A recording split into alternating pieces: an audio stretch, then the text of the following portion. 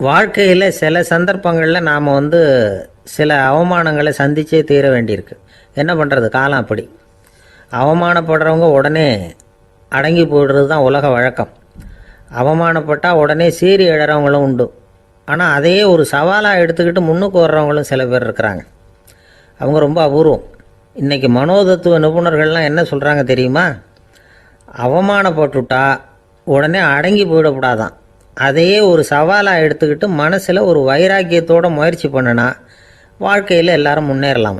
அவமானங்கிறத நாம் வைராக்கியமாக மாற்றிக்கணும். அதுதான் வெற்றிக்கு வழி. ராமர் இந்த பூமியில் பிறந்ததே ஒரு வைராக்கியத்தினால தான் சார் அப்படின்னார் ஒருத்தர். எப்படிங்க அது அப்படின்னு கேட்டேன். அவர் சொன்னார், தசரதருக்கு ராமர் குழந்தையாக பிறக்கணும், அப்போ தான் இங்கே இருக்கிற கஷ்டங்கள்லாம் நீங்கும் அப்படின்னு சர்வ லோகமும் எதிர்பார்த்துக்கிட்டு இருக்குது. ஆனால் அவர் எப்போ பிறப்பார் அப்படின்னு யாருக்கும் தெரியல. அந்த காரியம் சீக்கிரம் நடக்கணுமே, அதுக்கு என்ன பண்ணுறது? நாரதர் வந்தார் ஒரு நாள் தசரதரை தேடி. தசரதா, உனக்கு ஒரு செய்தி தெரியுமான்னு ஆரம்பித்தார். அவர் எப்பவும் இப்படித்தானே ஆரம்பிக்கிறது வழக்கம்.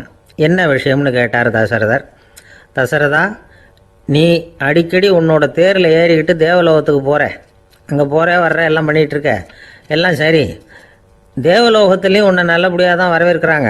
தேவேந்திரன் உன்னை பிரியமாக அழைச்சிட்டு போய் தன்னுடைய அரியாசனத்திலேயே தனக்கு பக்கத்திலேயே உட்கார வைக்கிறான். நீயும் சந்தோஷமாக உட்காந்து பேசிவிட்டு வந்துடுற. ஆனால் நீ இங்கே வந்ததுக்கு அப்புறம் அங்கே என்ன நடக்குது தெரியுமா உனக்கு அப்படின்னாரான் நாரதர். என்ன நடக்குது எனக்கு ஒன்றும் தெரியலையே அப்படின்னாரான் தசரதர். நாரதர்கிட்ட கிட்டத்தில் கேட்டிருக்கார், கொஞ்சம் சொல்லுங்கள் என்னது அப்படின்னு. அவர் நெருங்கி வந்தாரான் நாரதரும். மெதுவாக அவர் காதோட காதாக சொன்னாராம். அதாவது நம்ம பாஷையில் சொல்லப்போனால் பற்ற வைக்கிறார். நீ அங்கே தேவேந்திரங்கிட்ட உட்காந்து பேசிவிட்டு வந்த பிறகு நீ அங்கே உட்காந்துருந்த அரியாசனத்தை தண்ணி ஊற்றி கழுவி சுத்தப்படுத்துகிறாங்க. நீ என்ன அந்த அளவுக்கு சுத்தம் இல்லாத ஆளா, தினம் குளிக்காமையாக இருக்கிற அப்படின்னாராம். தசரதருக்கு இது ரொம்ப அவமானமாக போயிட்டுது. அப்படியே செய்கிறாங்க அப்படின்னாராம். ஆமாம், நீ வேணும்னா நான் சொல்கிறது உண்மையாக இல்லையா அப்படின்னு சோதனை பண்ணி பார்த்துக்கோ அப்படின்னாரான் நாரதர். உடனே தசரதர் இதுக்காகவே புறப்பட்டு தேவலோகம் போனார். அங்கே வழக்கம் போலவே இவரை கூப்பிட்டு உட்கார வச்சு பேசிக்கிட்டு இருந்தான் தேவேந்திரன். கொஞ்ச நேரம் பேசிக்கிட்டு இருந்துட்டு சரி நான் கிளம்புறேன்னு புறப்பட்டார். சரி, அவனும் வாசல் வரைக்கும் வழி அனுப்பி வச்சுட்டு உள்ளே போயிட்டான். தசரதர் வெளியில் கொஞ்ச நேரம் மறைஞ்சி இருந்துட்டு மெதுவாக உள்ளே எட்டி பார்த்தார் என்ன நடக்குதுன்னு. நாரதர் சொன்னது உண்மைதான். தசரதர் உட்காந்துருந்த ஆசனத்தை அங்கே 2 தேவர்கள் கழுவி சுத்தப்படுத்திக்கிட்டு இருக்கிறாங்க. தசரதரால் இதை தாங்கிக்க முடியல. அவருக்கு ரொம்ப அவமானமாக போச்சு. நேராக கிடுகிடுன்னு தேவேந்திரங்கிட்டே போனார். நான் உட்காந்துருந்த இருக்கையே சுத்தம் பண்ணுறியே, நான் என்ன அந்த அளவுக்கு பாவியா அப்படின்னு கேட்டார். ரொம்ப கோபமாக கேட்டார். தசரதரே, மனுஷனுக்கு 3 கடன்கள் உண்டு. தேவ கடன், ரிஷி கடன், பித்ரு கடன். இதை தீர்க்காதவன் பாவியாகிறான். இதில் மகனை பெறுவதால் தான் பித்ரு கடன் தீரும். உனக்கு மகன் கிடையாது, அதனால் நீ பாவி ஆகிற. பாவி உட்காந்துருந்த இடம்ங்கிறதுனால அதை சுத்தம் செய்ய வேண்டியது எங்கள் கடமை அப்படின்னு நானும் தேவேந்திரன். இந்த இடத்துல தசரதருக்கு ஏற்பட்ட அவமானம் ஒரு வைராக்கியமாக மாறிச்சு. தேவேந்திரனே கேட்டுக்கோ, ஒரு மகனை பெற்ற பிறகு தான் இந்த சபையில் மறுபடியும் அடி எடுத்து வைப்பேன் அப்படின்னு சொல்லிவிட்டு போயிட்டாரான். போய் புத்திர காமேஷ் யாகம் பண்ணார். புத்திரர்கள் பிறந்தார்கள். இந்த கதையில் உள்ள கருத்து என்னென்னா, தேவேந்திரன் தசரதரை அப்படி அவமானப்படுத்தலைன்னா அவருக்கு இப்படி ஒரு வைராக்கியம் பிறந்திருக்குமா யோசிச்சு பார்க்கணும். நமக்கு ஏற்படுகிற சில அவமானங்களையும் வைராக்கியமாக மாற்றிக்குவோம். அப்படி மாற்றிக்கிட்டோம்னா வாழ்க்கையில் முன்னேறலாம். நம்ம ஆளுங்க சில பேர் அவமானத்தை வைராக்கியமாக மாற்றிக்கிறது எப்படி தெரியுமா? நம்மக்கிட்ட ஒரு பையன் சொன்னான், எங்கள் அப்பா என்னை எல்லாருக்கும் முன்னாடி வச்சு திட்டிவிட்டார், பொறுப்பு இல்லாமல் ஊர் சுற்றுறேன்னு சொல்லி அவமானப்படுத்தி விட்டார். இனிமேல் நீ என் முகத்திலேயே முழிக்காதரா போடான்னு வேற சொல்லிவிட்டார். எனக்கு ரோஷம் வந்துட்டுது. அந்த அவமானத்தை வைராக்கியமாக மாற்றிக்கிட்டேன். அன்னையிலேருந்து அவர் முகத்திலேயே முழிக்கிறது இல்லை அப்படின்னா. அப்படியான்னு கேட்டோம்.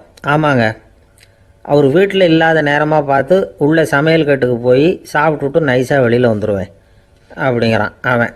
ஒரு ஊரில் ஒரு ஞானி இருக்கிறார். ரொம்ப பெரிய ஞானி, ரொம்ப வயசாகிட்டுது. கடைசி காலத்தில் அவர்கிட்ட சில பேர் வந்தாங்க. உங்கள் குரு யார் அப்படின்னு கேட்டாங்க. அவர் நிமிர்ந்து பார்த்தார். எனக்கு ஆயிரக்கணக்கான குருமார்கள் உண்டு, அவங்க பேரெல்லாம் சொல்லணும்னா இந்த காலம் பத்தாது. ஆனால் முக்கியமான ஒரு 3 பேரை பற்றி மட்டும் உங்களுக்கு சொல்கிறேன் அப்படின்னாராம். அப்புறம் சொன்னார், அந்த 3 பேரில் ஒருத்தன் ஒரு திருடன். ஒரு சமயம் ஒரு பாலைவனம் வழியாக நான் போய்கிட்டு இருந்தேன். அப்போது வழி தவறி போய் ஒரு கிராமத்துக்கு போயிட்டேன். அது இருட்டு நேரம், நடு ராத்திரி, ஊரே உறங்கி போச்சு. அந்த நேரத்தில் ஒரு ஆள் மட்டும் ஒரு வீட்டு சுவத்தில் ஏதோ பண்ணி உள்ளே நுழையிறதுக்கு முயற்சி பண்ணிகிட்ருக்கிறான். அவங்கிட்ட போய் நான் இன்னைக்கு இங்கே எங்கே தங்க முடியும் அப்படின்னு கேட்டேன். அதுக்கு அவன், இந்த ராத்திரி வேளையில் அது ரொம்ப சிரமம், ஒரு திருடனோட உங்களால் தங்க முடியும்னா நீங்கள் என்னோட தங்கலாம் அப்படின்னா. நான் அவங்க கூட 1 மாதம் தங்கியிருந்தேன். ஒவ்வொரு நாள் ராத்திரியும் இப்போ நான் என்னுடைய வேலைக்கு போகிறேன், நீங்கள் ஓய்வு எடுத்துக்கோங்க அப்படின்னு சொல்லிவிட்டு போவான். அவன் திரும்பி வந்த உடனே உனக்கு ஏதாவது கிடைச்சிதான்னு நான் கேட்பேன். அதுக்கு அவன், இன்னைக்கு ராத்திரி ஒன்றும் இல்லை, நாளைக்கு மறுபடியும் முயற்சி பண்ணுவேன் அப்படின்பா. எப்பவும் அவன் நம்பிக்கை இழந்ததே கிடையாது, எப்பவும் சந்தோஷமாகவே இருப்பான். நானும் ரொம்ப காலமாக தியானம் பண்ணிக்கிட்டே இருந்தேன், ஒன்றுமே நடக்கலை. ஆனால் நான் என்ன பண்ணேன் தெரியுமா, மனசு வருத்தப்படும், நம்பிக்கை இழந்துருவேன். அப்போல்லாம் அந்த திருடனுடைய விடாமுயற்சி தான் ஞாபகத்துக்கு வரும். அதனால் அந்த திருடன் எனக்கு ஒரு குரு. என்னுடைய 2வது குரு யாருன்னா அது ஒரு நாய். இது எப்படின்னா, ஒரு சமயம் எனக்கு ரொம்ப தாகமாக இருந்தது. ஒரு நதியை நோக்கி போய்கிட்டு இருந்தேன். அப்போ ஒரு நாயும் வந்தது, அதுக்கும் தாகம். ஓடி வந்து ஆற்றை பார்த்தது. அதோட நிழல் வந்து ஆற்றுல தெரிஞ்சது. அதை பார்த்ததும் பயந்துட்டுது. அதாவது அது தன்னுடைய சொந்த உருவத்தையே கண்டு பயந்தது. அதை பார்த்து குறைக்குது, திரும்பி ஓடிச்சு. ஆனால் அதுக்கு தாகம் அதிகமாக இருந்ததுனால அது மறுபடியும் திரும்பி வந்தது. பார்த்தா மறுபடியும் தண்ணியில் நாயோட உருவம் தெரியுது. இப்படி சில தடவை பண்ணிச்சு. இருந்தாலும் கடைசியில் தண்ணியில் குதிச்சுட்டுது துணிஞ்சி. இப்படி குதித்த உடனே அதோட உருவமும் மறைஞ்சுட்டுது. இதை பார்த்தேன். நான் என்ன புரிஞ்சுக்கிட்டேன்னா, எவ்வளவு தான் பயம் இருந்தால் கூட ஒருத்தன் தைரியமாக காரியத்தில் இறங்கணும் அப்படிங்கிறத புரிஞ்சுக்கிட்டேன். இந்த போதனை அந்த நாய்கிட்ட இருந்து எனக்கு கிடைச்சிது. இது ஒன்று. அடுத்தது என்னுடைய 3வது குரு யாருன்னா அது ஒரு சின்ன குழந்தை. நான் ஒரு சமயம் ஒரு நகரத்துக்கு போனேன். அங்கே ஒரு குழந்தை எரிகிற மெழுகுவத்தி ஒன்று எடுத்துக்கிட்டு வந்தது. நான் அந்த குழந்தைய பார்த்து வேடிக்கையாக கேட்டேன், ஏன் பாப்பா இந்த மெழுகுவத்தியை நீயாவே கொளுத்துனியா அப்படின்னு கேட்டேன். ஆமான்னுது அந்த குழந்தை. சரி, இந்த மெழுகுவத்தி முன்னாடி எரியாமல் இருந்தது, இப்போ எரியுது. இந்த மெழுகுவத்திக்கு வெளிச்சம் எங்கேருந்து வந்தது, அதை எனக்கு காட்ட முடியுமா அப்படின்னு கேட்டேன் அந்த குழந்தைகிட்ட. இதுக்கு அந்த குழந்தை சிரிச்சுக்கிட்டு அந்த மெழுகுவத்தியை ஊதி அணைச்சுட்டுது. அதுக்கப்புறம் என்னை பார்த்து கேட்டுது, இப்போ இந்த மெழுகுவத்தியின் வெளிச்சம் போனதை பார்த்தீங்க இல்லையா, அது எங்கே போச்சுன்னு எனக்கு சொல்லுங்க அப்படின்னுது. அந்த குழந்தை இப்படி கேட்டதும் என்கிட்ட இருந்த ஆணவம் அழிஞ்சுட்டுது. நான் படித்ததெல்லாம் அந்த வினாடியில் சுக்கு நூறாக போயிட்டுது. என்னுடைய முட்டாள்தனத்தை நான் உணர்ந்தேன் அப்படின்னு இவ்வளவும் அந்த ஞானி விவரமாக சொன்னாராம். அதனால் நாம் இன்னார்கிட்டே இருந்து தான் இதை கற்றுக்கணுங்கிறது இல்லை, யாருக்கிட்டே இருந்தும் எதையும் கற்றுக்கலாம். நம்மால் ஒருத்தன் ஒரு நாய் வளர்த்துக்கிட்டோம்னா அந்த நாய்க்கு வால் கிடையாது, யாரோ ஏற்கனவே வெட்டி எடுத்துட்டாங்க. இந்த நாய் தான் சார் எனக்கு குரு, அதுக்கிட்டே இருந்து கூட நான் பாடம் கற்றுக்கிட்டு இருக்கிறேன் அப்படின்னா. அப்படி என்ன கற்றுக்கிட்டேன் இந்த வால் இல்லாத நாய்கிட்டே இருந்து அப்படின்னு கேட்டோம். நாம் யாருக்கிட்டையும் வாலாட்டக்கூடாது அப்படிங்கிற பாடத்தை அதுக்கிட்டே இருந்து தான் நான் கற்றுக்கிட்டேன் அப்படின்னா. ஒரே ஒரு ஊரில் ஒரு பாதிரியார் இருந்தார். ரொம்ப நாள் சந்தோஷமாக வாழ்ந்தார். ஒரு நாள் அவர் மடத்து சமையல் அறையில் பாத்திரங்களை கழுவி துலக்கி சுத்தப்படுத்திக்கிட்டு இருந்தார். அந்த சமயத்தில் ஒரு தேவ தூதன் அவர் முன்னாடி வந்து நின்னான். இவர் நிமிர்ந்து பார்த்தார். ஆண்டவர் என்னை உங்ககிட்ட அனுப்பியிருக்கிறார், பரலோகத்தில் வாசம் செய்யறதுக்கு உங்களுக்கு நேரம் வந்துட்டுது அப்படின்னு நான் அந்த ஆள். ஆண்டவருக்கு என்னோட ஞாபகம் வந்ததுக்கு நன்றி. ஆனாலும் இப்போ இங்கே நீயே பாரு, எவ்வளவு பாண்டங்கள் பாக்கி இருக்கு, இவ்வளவையும் நான் சுத்தப்படுத்த வேண்டியிருக்கு. நான் நன்றி கெட்டவனாக இருக்க விரும்பலை.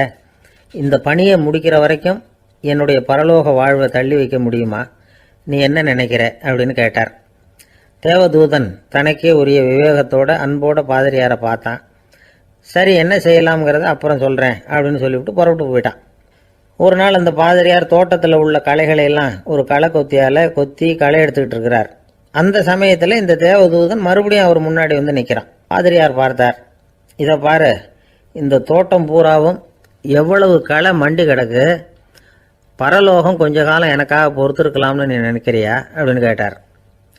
தேவதூதன் சிரிச்சுக்கிட்டே மறுபடியும் மறைஞ்சிட்டான். மறுபடியும் அவர் களை எடுக்கிறது, தானிய களஞ்சியத்துக்கு வர்ணம் பூசுறது, இப்படிப்பட்ட வேலைகளில் ஈடுபட்டிருக்கார். இன்னொரு நாள் ஒரு மருத்துவமனையில் நோயாளிகளை கவனிச்சுக்கிட்டு ரொம்ப தீவிரமாக இருக்கிறார் அந்த பாதிரியார். ஒரு நோயாளியோட தாகத்துக்கு தண்ணீர் கொடுத்துட்டு நிமிர்ந்து பார்க்குறப்போ தேவதூதன் மறுபடியும் அவர் முன்னாடி வந்து நிற்கிறான். இந்த தடவை பாதிரியார் தன்னலமற்றவராக பேரன்பை காட்டக்கூடிய வகையில் தன்னுடைய 2 கைகளையும் உயர்த்தியபடி தேவதூதனின் கவனத்தை பிணியால் வாடக்கூடிய நோயாளிகளின் பக்கம் திருப்பினாராம். தேவதூதன் ஒன்றும் சொல்லலை, மறைஞ்சிட்டான். அன்னைக்கு சாயந்தரம் பாதிரியார் மடத்தில் உள்ள தன்னுடைய அறைக்கு போய் இளைப்பாறினார்.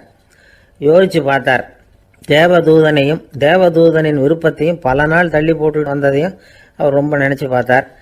திடீர்னு தான் முதுமை அடைகிறதையும் சோர்வு அடைகிறதையும் உணர்ந்தார். ஆண்டவரை நினச்சார். ஆண்டவரே, உம்முடைய தூதனை மறுபடியும் என்கிட்ட அனுப்புனா நான் சந்திக்கிறதுக்கு ஆவலாக இருக்கேன் அப்படின்னு சொல்கிறப்பவே தேவதூதன் பக்கத்தில் நின்னான். பாதிரியார் நிமிர்ந்து பார்த்தார்.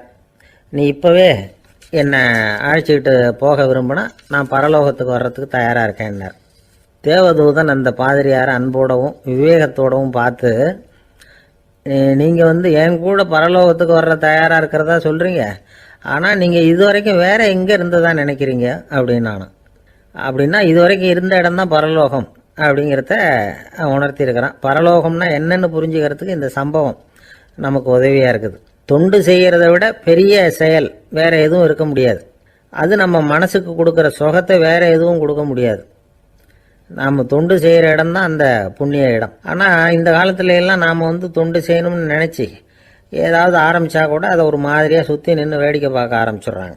ஒரு பெரியவர் அப்படித்தான் ஒரு தொண்டு செஞ்சுக்கிட்டு இருந்தார். ஒரு கோவில் கட்டிக்கிட்டு இருந்தாங்க. அதில் ஒரு இடத்துல ஒரு பலகையை வச்சு ஆணி அடிக்கிற வேலையை செஞ்சுக்கிட்டு இருந்தார் அந்த பெரியவர். ஒரு சின்ன பையன் அதை ரொம்ப ஊக்கமாக அக்கறையாக கவனிச்சுக்கிட்டு இருந்தான். பெரியவர் இதை கவனித்தார். என்னப்பா பார்க்குற, உனக்கும் இது மாதிரி தொண்டு செய்யணும்னு ஆசையாக இருக்கா அப்படின்னு கேட்டார். அதுக்கு அந்த பையன் சொல்கிறான், அப்படி இல்லைங்க, நீங்கள் ஆணி அடிக்கிறப்போ கையில் சுத்தியால் அடிச்சுக்கிட்டா எப்படி துடிப்பீங்க, எப்படி கத்துவீங்கன்னு தெரிஞ்சுக்கிறதுக்காக அதை பார்க்கணும்னு ஆசை, அதுக்காக தான் காத்துக்கிட்டு இருக்கேன் அப்படின்னு நான். அசோக மன்னர் வந்துகிட்டு இருக்கார். அவருடைய ஆலோசகர்கள் எல்லாம் பக்கத்தில் வந்துகிட்டு இருக்கிறாங்க. அந்த சமயத்தில் எதிரில் ஒரு புத்த பிக்ஷு வர்றார். அசோகர் பார்க்கிறார். ஓடி போய் அவர் காலில் விழுந்து வணங்குறார். அசோக மன்னரின் தலை அந்த புத்த துறவியின் பாதத்தில் பட்டுக்கிட்டு இருக்கு. பக்கத்தில் நின்றுகிட்டு இருந்த அமைச்சருக்கு இது ரொம்ப சங்கடமா போச்சு. ரொம்ப வருத்தப்பட்டார். நம்ம அசோக சக்கரவர்த்தி எப்பேற்பட்டவர், அவரோட தலை ஒரு சன்னியாசியின் பாதத்தில் படுறதா அப்படின்னு நினைச்சு ரொம்ப கவலைப்பட்டார். அரண்மனைக்கு திரும்பினதும் அமைச்சர் மெதுவா ஆரம்பிச்சார். அரசே, எனக்கு ரொம்ப வருத்தமா இருக்குது அப்படின்னார். எதுக்குன்னார் மன்னர். அசோக சக்கரவர்த்தியின் தலை, அதாவது அந்த சிரம் ரொம்ப மதிப்புமிக்க ஒன்று, அது ஒரு சன்னியாசியின் காலில் படலாமா அப்படின்னார். அசோகர் பதில் சொல்லல, சிரிச்சார், போயிட்டார். அதுக்கப்புறம் ஒரு சரியான சந்தர்ப்பத்துக்காக காத்துக்கிட்டு இருந்தார். ஒரு நாள் அமைச்சரை கூப்பிட்டார். எனக்கு 3 தலைகள் வேணும் அப்படின்னார். சொல்லுங்க, கொண்டுகிட்டு வரேன் அப்படின்னார் அமைச்சர். அசோகர் சொன்னார், முதல்ல எனக்கு தேவையானது ஒரு ஆட்டின் தலை, 2வது ஒரு புலியின் தலை, 3வது ஒரு மனிதனின் தலை. இதுதான் அசோகர் கேட்டது. எங்க இருந்தாலும் கொண்டு வாங்கன்னார். அமைச்சர் புறப்பட்டார். ஆட்டுத்தலை புலித்தலை கிடைச்சிட்டுது. அப்புறமா ஒரு சுடுகாட்டுக்கு போய் ஒரு மனித தலையும் சேகரம் பண்ணிட்டு ராஜா கிட்ட வந்துட்டார். அரசே, உங்கள் ஆணைப்படி 3 தலைகளையும் கொண்டு வந்திருக்கிறேன்னார். அசோகர் பார்த்தார். ரொம்ப நல்லது, இப்ப இது 3ஐயும் எடுத்துக்கிட்டு போய் சந்தையில வித்துட்டு வாங்க அப்படின்னார். அமைச்சர் அதுகளை எடுத்துக்கிட்டு சந்தைக்கு போனார். முதல்ல ஆட்டுத்தலை நல்ல விலைக்கு வித்து போச்சு. நல்ல விலை கொடுத்து வாங்கிட்டு போட்டாங்க. அடுத்தபடியா புலி தலைய ஒருத்தர் வாங்கிட்டார். அதை பாடம் பண்ணி வீட்டில் மாட்டி வைக்கலாமே அப்படின்னு நினைச்சு அதையும் வாங்கிட்டு போட்டார். மனித தலையை மட்டும் வாங்கறதுக்கு யாரும் முன் வரல. எல்லாரும் அதை பார்த்துட்டு விலகி போக ஆரம்பிச்சாங்க. அமைச்சர் திரும்பி வந்தார். அரசே, இந்த தலையை மட்டும் யாரும் வாங்க மாட்டேங்கிறாங்க அப்படின்னார். சரி, பரவாயில்ல, இதை இலவசமாவே எனாமாவே யாருக்கிட்டையாவது கொடுத்துட்டு வந்துருங்க அப்படின்னார். அமைச்சர் மறுபடியும் சந்தைக்கு போனார். இதை இலவசமா தரேன், இதை வாங்கிக்கோங்க அப்படின்னார். அப்பவும் அதை யாரும் வாங்கிக்கிறதுக்கு தயாரா இல்லை. மறுபடியும் திரும்பி வந்து மன்னர்கிட்ட விவரத்தை சொன்னார். இப்போ மன்னர் சொல்றார், அமைச்சரே, உயிர் இருக்கிற வரைக்கும் தான் இந்த தலைக்கு மதிப்பு. ஜீவன் போனதுக்கு அப்புறம் அதோட மதிப்பும் போயிடுது. அதனால மதிப்பு இருக்கும் பொழுதே பெரியவர்கள் பாதம் பணிந்து அந்த புனிதத்தை வந்து பெற்றுக்கொள்ளணும் அப்படின்னார். பணிவுங்கிறது வேற, அடிமைத்தனம்ங்கிறது வேற. பெரியவர்களை பணிவது நமக்கு பெருமை தரக்கூடிய விஷயம். இதை வந்து மனசுல வச்சுக்கிட்டு எப்போ காலில் விழணும், எப்போ காலில் விழக்கூடாது அப்படிங்கிறத முடிவு பண்ணிக்கணும். ஒரு சாதாரண ஆள் நடந்து வந்துகிட்டு இருந்தார். எதிரில் வந்த ஒரு பெரிய மனுஷன் ஓடி போய் அவர் காலில் விழுந்து தன்னுடைய தலையை அவர் பாதத்தில் கொண்டு போய் வச்சார். கொஞ்ச நேரம் கழிச்சு எழுந்திரிச்சு வந்துட்டார். வந்த பிறகு இவரை கேட்டேன், ஏன் திடீர்னு ஓடி போய் அந்த ஆளு காலில் விழுந்தீங்க அப்படின்னு. அவர் போட்டிருக்கிறது என்னோட காணாம போன செருப்பான்னு கண்டுபிடிக்கிறதுக்காக அப்படி விழுந்தேன் அப்படின்னார். ஒரு ராஜா ஊரெல்லாம் சுத்தி பார்த்துட்டு வரலாம்னு ஒரு நாள் புறப்பட்டு போனார்.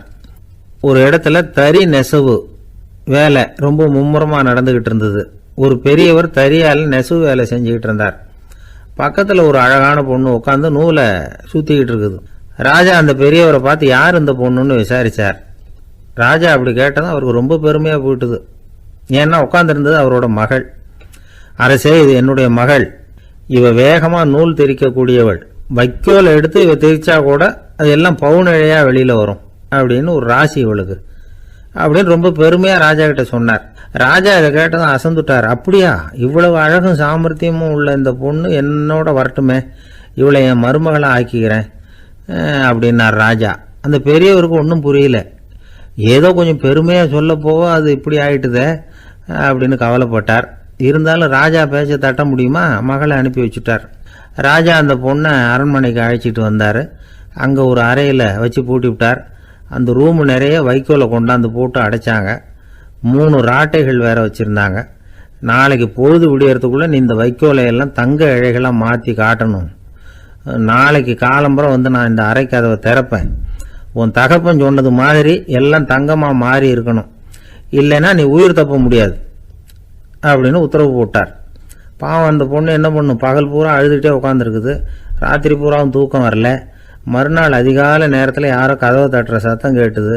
பயந்துக்கிட்டே கதவை திறக்கிறா. திறந்து பார்த்தா வெளியில 3 அவலட்சணமான பெண்கள். ஒருத்திக்கு வந்து கால் அகலமா முறை மாதிரி இருக்கு, இன்னொருத்திக்கு கட்டை விரல் கரண்டி மாதிரி பெருசா இருக்குது, 3வது பொண்ணுக்கு உதடு தடிச்சு ரப்பர் மாதிரி தொங்கிக்கிட்டு இருக்கு. யார் நீங்க, உங்களுக்கு என்ன வேணும் அப்படின்னு கேட்குது இந்த பொண்ணு. நாங்க உங்களுக்கு உதவி செய்யறதுக்கு தான் வந்திருக்கிறோம் அப்படின்னு சொல்லி உள்ள வந்தாங்க, உட்காந்தாங்க. கொஞ்ச நேரத்துக்குள்ள உள்ள இருந்த வைக்கோலையெல்லாம் தங்க இழைகளா மாத்தி கொடுத்துட்டு போயிட்டாங்க. காலையில ராஜா வந்தார், பார்த்தார். ஆகா பேஷுனார். இன்னும் கொஞ்சம் வைக்கோலை கொண்டாந்து அந்த ரூம்ல போட சொன்னார். இந்த வைக்கோலையும் இன்னைக்கு தங்கமா மாத்தி விடு, நாளைக்கு மறுநாள் உனக்கும் இளவரசனுக்கும் கல்யாணம்னு சொல்லிவிட்டார். இன்னைக்கு ராத்திரி அந்த 3 பொண்ணுங்களும் வந்தாங்க. வைக்கோலை பொண்ணு இழைகளா மாத்தினாங்க, புறப்பட்டாங்க. இந்த பொண்ணு அவங்க காலில் விழுந்து வணங்கினா. என் உசுரை காப்பாத்தினீங்க, உங்களுக்கு நான் என்ன கைமாறு செய்ய போறேன் அப்படின்னா. பயப்படாத, நீ விரும்பினா எங்களுக்கு ஒரு உதவி செய்யலாம். உன்னுடைய கல்யாணத்துக்கு நாங்கள் 3 பேரும் வரோம். நீ எங்களை வந்து வரவேற்று ராஜா கிட்டையும் இளவரசர்கிட்டையும் நாங்கள் உன்னோட பெரியப்பா பொண்ணுங்கன்னு சொல்லி அறிமுகப்படுத்தி வை, நாங்கள் விருந்து சாப்பிட்டுட்டு போயிடுறோம் அப்படின்னாங்க. ரொம்பவும் சந்தோஷமா சரின்னு ஒத்துக்கிட்டா. கல்யாண நாள் வந்தது. கல்யாணம் ரொம்ப கோலாகலமாக நடந்துகிட்டு இருக்கு. எல்லா தேசத்து ராஜா ராணிகளும் வந்துகிட்டு இருக்கிறாங்க. அந்த 3 அவலட்சணமான பொண்ணுங்களும் வந்து சேர்ந்தாங்க. யார் இவங்கன்னு கேட்டார் ராஜா. என் பெரியப்பா பொண்ணுங்க அப்படின்னா அந்த பொண்ணு. காலும் உதடும் கட்டை விரலும் ஏன் இப்படி உங்களுக்கு அவலட்சணம் ஆயிட்டுது அப்படின்னு கேட்டார். அதுக்கு அந்த பொண்ணுங்க பதில் சொன்னாங்க. என்ன செய்யறது, ஓயாம வைக்கோலை நூற்று ஒருத்தியோட கட்டை விரல் அப்படி கரண்டி மாதிரி ஆயிட்டுது, நாக்கில் தொட்டு தொட்டு திரிச்சதுனால ஒருத்தியோட உதடு அப்படி ஆயிட்டுது, காலால் கட்டையை அழுத்தி அழுத்தி தறி போட்டதுனால இன்னொருத்தையோட கால் அப்படி ஆயிட்டுது. உங்கள் மருமகளாக வந்திருக்கிற இந்த பொண்ணு அந்த 3ஐயுமே செய்ய தெரிஞ்சவ தான். என்ன ஆக போதும் இன்னும் கொஞ்ச நாளில் அப்படின்னாங்க. அவ்வளவுதான். ராஜா பயந்துட்டார். அம்மா, இன்னையிலிருந்து நீ இளவரசனின் மனைவி. நீ எப்பவும் அழகா இருக்கணும். அதனால நீ இனிமே வைக்கோலை திரிக்கவே கூடாது அப்படின்னு உத்தரவு போட்டார். அவளை இக்கட்டான சூழ்நிலையிலிருந்து காப்பாற்றின அந்த 3 பொண்ணுங்களும் சந்தோஷமா திரும்பி போயிட்டாங்களாம். சுவாமி சின்மயானந்தர் இந்த கதையை சொல்லியிருக்கிறார். தன்னலம் மறந்து சுயலாபத்தை தியாகம் செய்கிறது வைக்கோல்ல இருந்து தங்க இழைய நூக்கிறது மாதிரி அப்படிங்கிறார் அவர். அது இருக்கட்டும், இப்ப நம்ம கதைக்கு வருவோம். ஒரு ராஜா தன்னோட மகனுக்கு சுயவரம் நடத்தினார். எல்லா தேசத்தில இருந்தும் ராஜகுமாரர்கள் வந்திருந்தாங்க. ராஜகுமாரியை கல்யாணம் பண்ணிக்கலாம்ங்கிற ஆசையில் சுயம்பர மண்டபத்திலிருந்து எல்லா ராஜகுமாரர்களும் அலறி அடிச்சுக்கிட்டு வெளியில் ஓடி வந்துகிட்டு இருக்கிறாங்களாம். ஏன் இப்படி எல்லாரும் மிரண்டு போய் ஓடி வர்றாங்கன்னு கேட்டார் ஒருத்தர். அதுக்கு இன்னொருத்தர் விவரம் சொன்னார். ராஜகுமாரியை இன்னைக்கு தான் அவங்க நேரில் பார்த்தாங்களாம், அதுதான் அப்படி ஓடி வந்துகிட்டு இருக்கிறாங்க அப்படின்னார். ஒரு சீன தேசத்து அரசர் இருந்தார். அவருக்கு வயசாயிட்டுது. அவருக்கு அடுத்தபடியாக அவருடைய புள்ள பட்டத்துக்கு வரணும், ஆட்சி பொறுப்பை ஏற்றுக்கணும். ஒரு நல்ல தலைவனுக்கு இருக்க வேண்டிய பண்புகள்லாம் தன்னுடைய மகனுக்கு இருக்கணும்னு விரும்பினார் அந்த அரசர். அதனால் இளவரசனை பக்கத்தில் இருந்த ஒரு குரு கிட்ட அனுப்புனார். இளவரசன் அவர்கிட்ட போய் சேர்ந்தான். அந்த குரு என்ன பண்ணார் தெரியுமா? இவனை பார்த்து சொன்னார், இதை பாருப்பா, நீ என்ன பண்ணுற, இப்போவே பக்கத்தில் இருக்கிற காட்டுக்கு போ, நடுக்காட்டில் போய் ஒரு இடத்துல உட்காந்துக்கோ. அங்கே என்னென்ன சத்தம்லாம் உன் காதில் விழுதுன்னு கவனித்து கேளு. உன் காதில் விழுந்த ஓசைகள் என்னென்னங்கிறத என்கிட்ட சொல்லு, அதுதான் எனக்கு தெரியணும், உனக்கு வேலையும் அதுதான் அப்படின்னு சொல்லி அனுப்பி வச்சுட்டார். இளவரசன் காட்டுக்கு போனான். குரு சொன்னபடியே ஒரு இடத்துல உட்காந்து கவனித்து கேட்டான். அதுக்கப்புறம் குரு கிட்ட திரும்பி வந்தான். என்னென்ன சத்தம்லாம் கேட்ட அப்படின்னு கேட்டார் குரு. குருவே, காட்டில் நான் பறவைகள் சத்தம்லாம் கேட்டேன், மிருகங்களின் ஓசையையும் கேட்டேன், இதை தவிர இடி மின்னல் மழை இதுகளோட சத்தத்தையும் கேட்டேன் அப்படின்னா. குரு யோசனை பண்ணார், நீ இன்னமும் சரியாக கேட்கல, அதனால் மறுபடியும் காட்டுக்கு போ, கொஞ்ச நாள் தங்கியிருந்து கேட்டுட்டு வா அப்படின்னார். இளவரசனுக்கு ஒன்றும் புரியல. இருந்தாலும் குருவின் கட்டளையாச்சே, மறுக்க முடியுமா? உடனே அவன் மறுபடியும் காட்டுக்கு போனான். ஒரு இடத்துல உட்காந்தான். கொஞ்ச நேரம் உன்னிப்பாக கவனித்து கேட்டான். சில நாள் கழித்து குரு கிட்ட திரும்பி வந்தான். குருவே, இந்த தடவை சில துல்லியமான சத்தங்களை எல்லாம் கேட்டான். தேனி பறக்கிற சத்தம், நீரோடையின் மெல்லிய ஓசை, இதெல்லாம் கேட்டேன்னா. குரு சிரிச்சார். நீ மறுபடியும் காட்டுக்கு போ, இன்னும் சில நாள் அங்கே இரு, முழுமையாக கவனமாக கேட்டுக்கிட்டு வா அப்படின்னு சொல்லி அனுப்பி வச்சுட்டார். இளவரசனுக்கு குழப்பம் அதிகமாயிட்டுது. ஒன்றுமே புரியல. மறுபடியும் காட்டுக்கு போனான். மௌனமாக ஒரு இடத்துல உட்காந்துட்டான். அப்படியே தியானத்தில் ஆழ்ந்துட்டான். சில நாளில் அவனுக்கு இதுவரை கேட்காத ஓசைகள்லாம் கேட்க ஆரம்பிச்சிட்டுது. இதைத்தான் நான் கேட்கணும்னு என்னுடைய குரு எதிர்பார்த்துருக்கிறாருங்கிறத புரிஞ்சுக்கிட்டான். உடனே குரு கிட்ட ஓடனான். குருவே, இந்த தடவை காதுகளுக்கு கேட்க முடியாத சில ஓசைகளை கூட என்னால் உணர முடிஞ்சுது. பூ மலருகிற ஓசை, சூரியனால் பூமி சூடாகிறப்போ எழுகிற ஓசை, காலை பனித்துளி இந்த புல்லுலாம் குடிக்கிற ஓசை, இது எல்லாம் என்னால் நல்லா கேட்க முடிஞ்சுது அப்படின்னா. குருவுக்கு இப்போ தான் திருப்தி ஏற்பட்டு தான். இளவரசனை பார்த்து சொன்னார், இதை பாருப்பா, இப்போ தான் நாட்டை ஆளுகிற தகுதி உனக்கு வந்திருக்குது அப்படின்னு சொல்லி அதுக்கு விளக்கமும் கொடுத்தாராம். எந்த அரசன் தன்னுடைய மக்களின் இதயம் பேசுகிற மௌன மொழியை, மௌன வார்த்தைகளை கேட்குறானோ அவன்தான் ஆள தகுதி உள்ளவன். எந்த அரசன் தன்னுடைய மக்களின் உணர்ச்சிகளை உண்மையாக உணர்றானோ அவன்தான் முதன்மையான அரசன். போலி வார்த்தைகளை மட்டும் கேட்டுட்டு பல மௌன ராகங்களை காதில் வாங்கிக்காதவன் அரசனே இல்லை. எந்த நாட்டில் எப்போ ஒரு அரசன் தன்னுடைய மக்களின் உணர்ச்சிகளை கேட்க மறுக்கிறானோ அன்னையிலிருந்தே அந்த நாடு அழிய தொடங்குது அப்படின்னு அர்த்தம். இதுதான் அந்த குரு இளவரசனுக்கு போதிச்சது. வாயால் பேசுறத மட்டும் கேட்டு ஏமாறக்கூடாது, உணர்ச்சிகளையும் கேட்கறதுல தான் மனப்பக்குவம் உண்டாகும். மக்கள் உணர்ச்சிகளை புரிந்து கொள்ளாத அரசர்கள் நீடிச்சிருக்க முடியாது. அது மாதிரி நாடுகளில் அடிக்கடி குழப்பம் தான் உண்டாகும். அப்படி இருந்தால் அடிக்கடி ஆட்சி மாறிக்கிட்டு இருக்கும். அப்படிப்பட்ட ஒரு தேசம், அங்கே ஒரு சிறைச்சாலையில் 3 கைதிகள் பேசிக்கிட்டு இருந்தாங்க. ஒருத்தன் சொன்னான், நான் இந்த நாட்டு ராஜாவை எதிர்த்து பேசிக்கிட்டு இருந்தேன், அதனால் என்னை பிடிச்சி கொண்டாந்து இங்கே போட்டுட்டாங்க அப்படின்னா ஒருத்தன். இன்னொருத்தன் சொன்னான், நான் இந்த நாட்டு ராஜாவை ஆதரித்து பேசிக்கிட்டு இருந்தேன், அதனால் என்னை பிடிச்சி கொண்டாந்து இங்கே தள்ளிவிட்டாங்க அப்படின்னா. அது சரி, நீ என்ன தப்பு பண்ண அப்படின்னு சொல்லி 3வது ஆளை பார்த்து இவங்க கேட்டாங்க. அதுக்கு அந்த ஆள் சொல்கிறான், நான் தான் இந்த நாட்டு ராஜா அப்படின்னா. அமெரிக்க ஜனாதிபதி ஆப்ரஹாம் லிங்கன் ஒரு நாள் தன்னோட கோச்சு வண்டியில் தலைநகரான வாஷிங்டனுக்கு போயிட்டு இருக்கிறார். கோச்சு வண்டி ஒரு சாலையில் போயிட்டு இருக்கு. அந்த சாலைக்கு ஒரு பக்கத்தில் பயங்கரமான சதுப்பு நிலம். சதுப்பு நிலம்னா அது புதைகுழி, புதை மணல்ங்கிறோம்ல, அது மாதிரி. அந்த சதுப்பு நிலத்தில் யாராவது மாட்டிக்கிட்டா அவ்வளோதான், ஆளை கொஞ்சம் கொஞ்சமாக உள்ளே அமுக்கிவிடும், தப்பிச்சு கரையிறது கஷ்டம். அப்படிப்பட்ட நிலம் அது. ஆப்ரஹாம் லிங்கன் ஏதோ ஒரு முக்கியமான அரசாங்க வேலையாக போயிட்டு திரும்பி வந்துக்கிட்டு இருக்கிறார். அதனால் அந்த சமயத்தில் அவர் விலை உசந்த ஆடைகளை அணிஞ்சிருக்கிறார். அப்படி அவர் அந்த கோச்சு வண்டியில் வந்துக்கிட்டு இருக்கிறாரு. அந்த சமயத்தில் ஒரு காட்சி அவர் கண்ணில் போட்டுட்டுது. என்ன தெரியுமா? ரோட்டுக்கு பக்கத்தில் இருந்த சதுப்பு நிலத்தில் ஒரு இளம் பன்றி குட்டி சிக்கிக்கிட்டு தவிச்சிக்கிட்டு இருக்குது. பரிதாபமாக கத்திக்கிட்டு இருக்குது. அதை பார்த்தார் லிங்கன். அவருக்கு என்ன மாதிரி ஆயிட்டுது. உடனே வண்டியை நிறுத்த சொன்னார். கீழே இறங்கினார். தன்னோட விலை உசந்த ஆடைகளை பற்றி லட்சியம் பண்ணவே இல்லை. தனக்கே ஆபத்து வரலாம்ங்கிறத பற்றியும் கவலைப்படலை. தான் ஒரு குடியரசுத் தலைவருங்கிறத பற்றியும் அவர் நினச்சி பார்க்கல. நேராக அந்த சதுப்பு நிலம் பக்கமாக போனார். அந்த சேத்துல இறங்கி பன்றிக்குட்டியை காப்பாற்றி கரைக்கு கொண்டுட்டு வந்து சேர்த்துட்டார். அதுக்கப்புறம் நிம்மதியாக கோச்சு வண்டியில் ஏறி வெள்ள மாளிகைக்கு வந்து சேர்ந்தார். ட்ரெஸ்ஸு உடம்பு பூரா சேரு சகதி. பார்க்குறவங்களுக்கெல்லாம் ஆச்சரியமாக போச்சு. அவங்களுக்கு ஒன்றும் புரியல. இவர் நேராக ட்ரெஸ்ஸு மாற்றிக்கிறதுக்காக போனார். கோச்சு வண்டி ஓட்டிகிட்டு வந்தவங்கிட்ட போய் எல்லாரும் கேட்டாங்க என்ன ஆச்சு அப்படின்னு. அவர் வர்ற வழியில் நடந்த விவரத்தை சொன்னார். ஆபிரகாம் லிங்கனுடைய இந்த இறக்க குணத்தை எல்லாரும் பாராட்டினாங்களாம், புகழ்ந்தாங்களாம். ஆனால் இதுக்கு லிங்கன் என்ன பதில் சொன்னார் தெரியுமா? தயவு பண்ணி இந்த புகழ்ச்சியான பேச்சையெல்லாம் ஒதுக்குங்க, அதெல்லாம் வேணாம். அந்த சின்ன பிராணி சகதியில் மாட்டிக்கிட்டு துடிச்சிக்கிட்டு இருந்தது, அதை பார்த்தேன். உடனே என்னுடைய இதயத்தில் ஒரு முள்ளு தைச்சது மாதிரி ஒரு உணர்வு. அந்த முள்ளை பிடுங்கி எறிஞ்சேன், அவ்வளவுதான். உண்மையில் அந்த பிராணிக்கு நான் உதவினேங்கிறத விட எனக்கு ஏற்பட்ட இன்னலை போக்கிக்கிட்டேன் அப்படிங்கிறது தான் உண்மை. அதுதான் பொருத்தம். அப்படி இருக்கிறப்போ இதில் புகழறதுக்கு என்ன இருக்குது அப்படின்னாரு ஆபிரகாம் லிங்கன். எவ்வளவு யதார்த்தமான வார்த்தைகள் பாருங்க. இந்த காலத்தில் நம்மளையும் பல பேர் அப்படி உண்டு. நீச்சல் தெரியாத ஒரு ஆள் தண்ணியில் இறங்கிட்டான். தண்ணி ஆழம்ங்கிறது அப்புறமா தான் தெரிஞ்சுது. தத்தளிக்க ஆரம்பிச்சுட்டான். வாழ்னு கத்துறான். கரையில் நின்றுட்டு இருந்த ஒருத்தர் இதை பார்த்தார். உடனே அவருக்கு இதயத்தில் முள்ளு தைச்சது மாதிரி ஒரு உணர்வு. உடனே குபீர்னு தண்ணியில் பாஞ்சார். அவரை காப்பாற்றி கரைக்கு கொண்டுட்டு வந்து சேர்த்தார். இதை பார்த்துக்கிட்டு இருந்த இன்னொருத்தர் காப்பாற்றின அந்த ஆளை பாராட்டி புகழ்ந்தார்.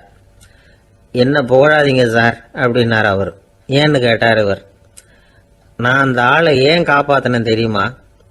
அவன் நேற்றுக்கு என்கிட்ட 300 ரூபா கடன் வாங்கியிருக்கிறான். இவன் தண்ணியில் போட்டான்னா நான் கொடுத்த கடனும் தண்ணியில் போடும். அதனால தான் விழுந்து காப்பாற்றினேன் அப்படின்னா அந்த ஆள். அந்த காலத்தில் அண்ணாமலை ரெட்டியார்னு ஒருத்தர் இருந்தார். அவர் வெங்கனூர் அப்படிங்கிற கிராமத்தில் இருந்தார். அங்கேருந்து விருத்தாசலம் கோவிலுக்கு தவறாமல் போயிட்டு வந்துக்கிட்டு இருந்தார். இடையில வெள்ளாறு.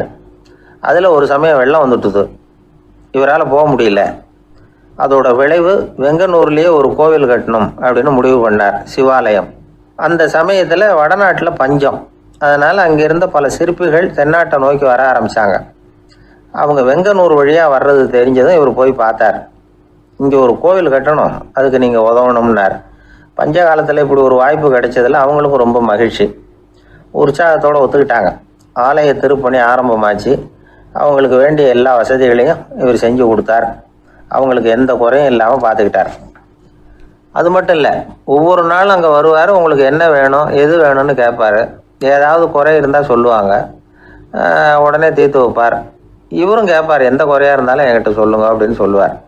அதை தவிர இவராகவே கவனிச்சும் அவங்களுக்கு என்னென்ன தேவைங்கிறத கண்டுபிடிச்சி அதையெல்லாம் கொடுத்துக்கிட்டு இருப்பார். என்ன தேவைன்னாலும் அதை நிறைவேற்றி வச்சுருவார். அந்த சிற்பிகளின் தலைவன் ஒருத்தன், அந்த ஆளுக்கு வெத்தலை பாக்கு போடுறது பழக்கம். இதை தெரிஞ்சுக்கிட்டு அதுக்காகவே ஒரு ஆளை ஏற்பாடு பண்ணார். வேணுங்கிறப்போலாம் நீ வெத்தலை சிவல் மடித்து கொடுக்க வேண்டியது உன் வேலை அப்படின்னு ஒருத்தனை ஏற்பாடு பண்ணிட்டார். இப்படியெல்லாம் செஞ்சதும் அவங்களுக்கும் ரொம்ப உற்சாகம். ரொம்ப பொறுப்பாக சிற்ப வேலைகளை செஞ்சுக்கிட்டு இருக்கிறாங்க. ஒரு நாள் என்னாச்சு தெரியுமா? அந்த சிற்பிகளின் தலைவன் ரொம்ப நுணுக்கமாக ஒரு வேலையை செஞ்சுக்கிட்டு இருக்கிறான். சாரம் போட்டு அது மேலே படுத்துக்கிட்டு அண்ணாந்து பார்த்து உச்சியில் நுணுக்கமான சிற்பங்களை உருவாக்கிக்கிட்டு இருக்கான். சிற்பியின் கவனம் செதறப்படாதுங்கிறதுனால இவர் மெதுவாக சத்தம் போடாமல் கிட்ட போய் நின்று அதை கவனிச்சுக்கிட்டு இருக்கிறார். அந்த சிற்பி வழக்கம் போல் வெத்தலை பாக்குக்காக இடது கையை கீழே நீட்டினான். அந்த சமயம் பார்த்து அவருக்கு தாம்பூலம் கொடுக்குறவன் அங்கே இல்லை, எங்கேயோ போயிருக்கிறான். அண்ணாமலை ரெட்டியார் என்ன பண்ணார் தெரியுமா? தனக்காக கொடுக்கப்பட்ட தாம்பூலத்தை வாங்கி சிற்பியின் கையில் கொடுக்குறார். அவன் வாங்கி போட்டுக்கிட்டான். இது என்ன இன்னைக்கு வெத்தலை சீவல் வேறு மாதிரி இருக்குது, வாசனை தாம்பூலமாக இருக்குது அப்படின்னு யோசனை பண்ணிட்டு கீழே திரும்பி பார்க்குறார். பார்த்தா ரெட்டியார் மறுபடியும் சிற்பி கை நீட்டும் பொழுது கொடுக்கறதுக்காக தாம்பூலத்தை மடித்து வாங்கி வச்சுக்கிட்டு தயாராக நிற்கிறார். சிற்பிக்கு அதிர்ச்சி. உடனே பொத்துன்னு கீழே குதிச்சான். ஐயா, என்ன இது நீங்களா அப்படின்னா. இவர் சொன்னார், நான் ஒன்றும் தப்பு பண்ணலையே, உன்னுடைய கை புண்ணியம் செஞ்ச கை, கோயில் கட்டுற கை, அந்த கைக்கு தாம்பூலம் கொடுக்கறதுல என்ன தப்பு அப்படின்னாராம். ஏற்கனவே பஞ்சத்தில் அடிபட்டு வந்த எங்களை நீங்கள் ஆதரித்ததே பெரிய விஷயம். இந்த செயல் என்னை ஒரு பெரிய கடனாளி ஆகிவிட்டுது. ஐயா, எங்களுக்கு உணவு உடை இதை மட்டும் நீங்கள் கொடுத்தா போதும், ஊதியம்னு எதுவும் வாங்க மாட்டோம் அப்படின்னு நானும். அந்த சிற்பி எவ்வளோ வற்புறுத்தியும் எதுவும் வாங்கிக்கலையாம். இந்த செய்தியை தமிழ் தாத்தா டாக்டர் ஊவேசா சொல்லியிருக்கிறார். அந்த காலத்தில் எப்படிப்பட்டவங்கெல்லாம் வாழ்ந்துருக்கிறாங்க பாருங்கள். இந்த காலத்தில் ஒருத்தர் கோவில் கட்டினார், வேலை செய்கிற எல்லாருக்கும் சாப்பாடு போடுவார், சிற்ப வேலை செஞ்சுட்டு சாப்பிட வர்ற ஒவ்வொருத்தர் கையையும் அன்பாக பிடிச்சி முத்தம் கொடுத்து உள்ளே அனுப்புவார். அந்த கைகளுக்கு நீங்கள் கொடுக்குற மரியாதையா அது அப்படின்னு கேட்டாங்க. அது இல்லைங்க, ஏற்கனவே முதல் பந்தியில் சாப்பிட வந்தவன் மறுபடியும் வர்றான்.